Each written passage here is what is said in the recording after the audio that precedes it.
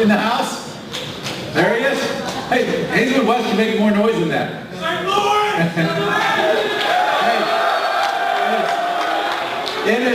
It is so exciting to be with you tonight at Boys State. Thank you, Mike, for the kind introduction.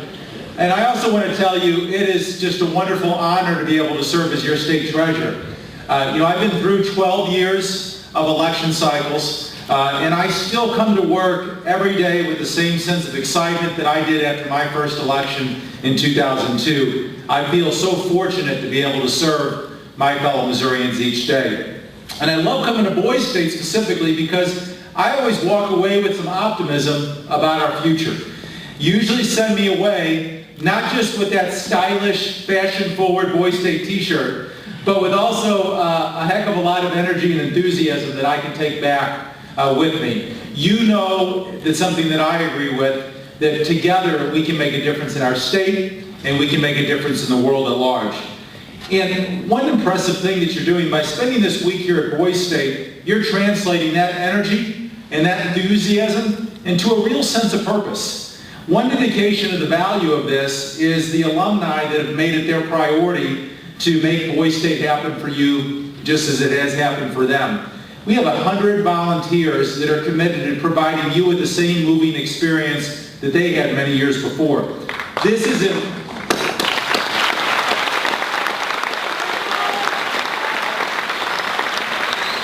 an important investment that you're making and they're making just by being present in the moment here this week.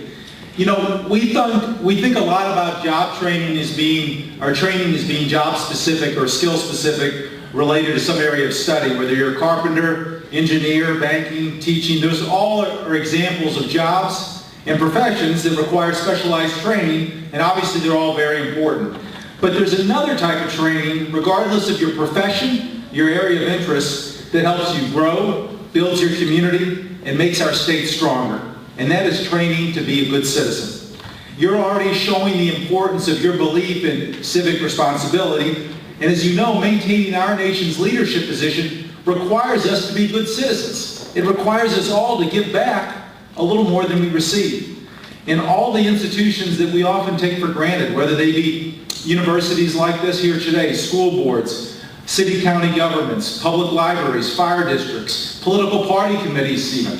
These institutions help build and they help create the civic life that embraces progress, that makes us part of communities, not just a gathering of individuals that are out there acting alone by ourselves.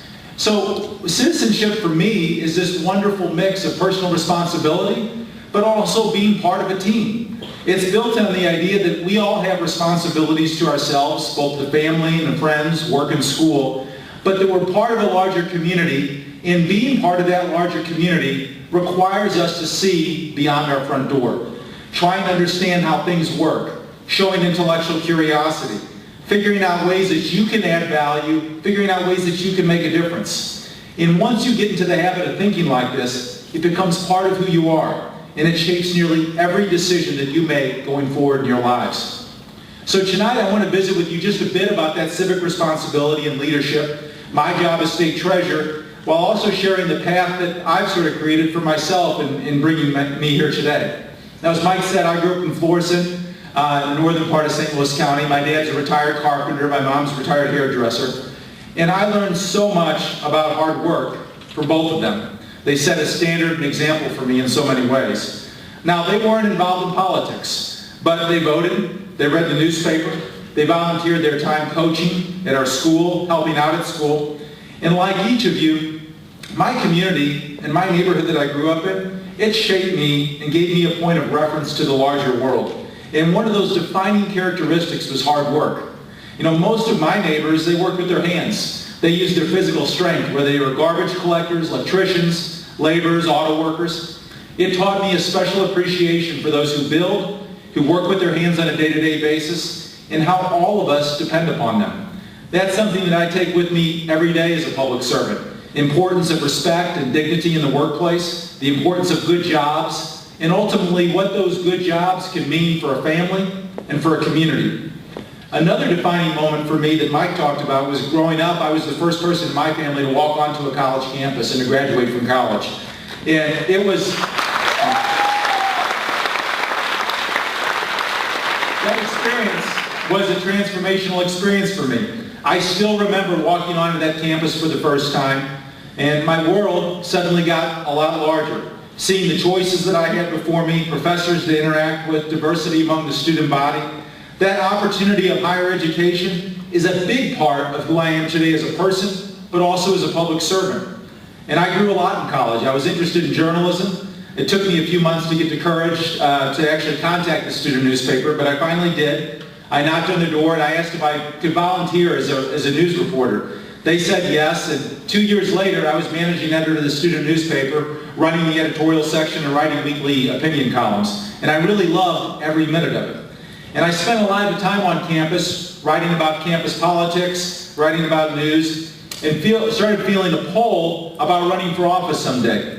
And I made the decision to run for student government vice president. Now, not only did I win that election with more votes than my presidential running mate, but I actually met my wife on campus. Now, I didn't get her vote, but I did finally get a date. Now,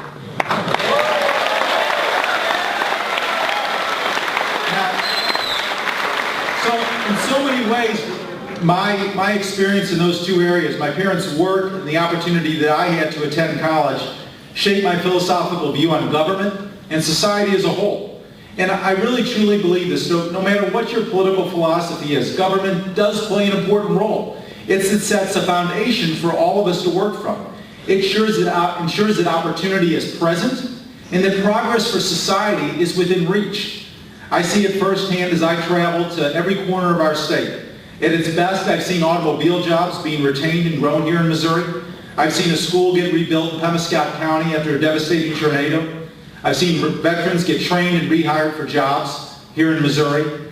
And I've seen children who don't have a mom and dad in their lives at least have a fighting chance of making it.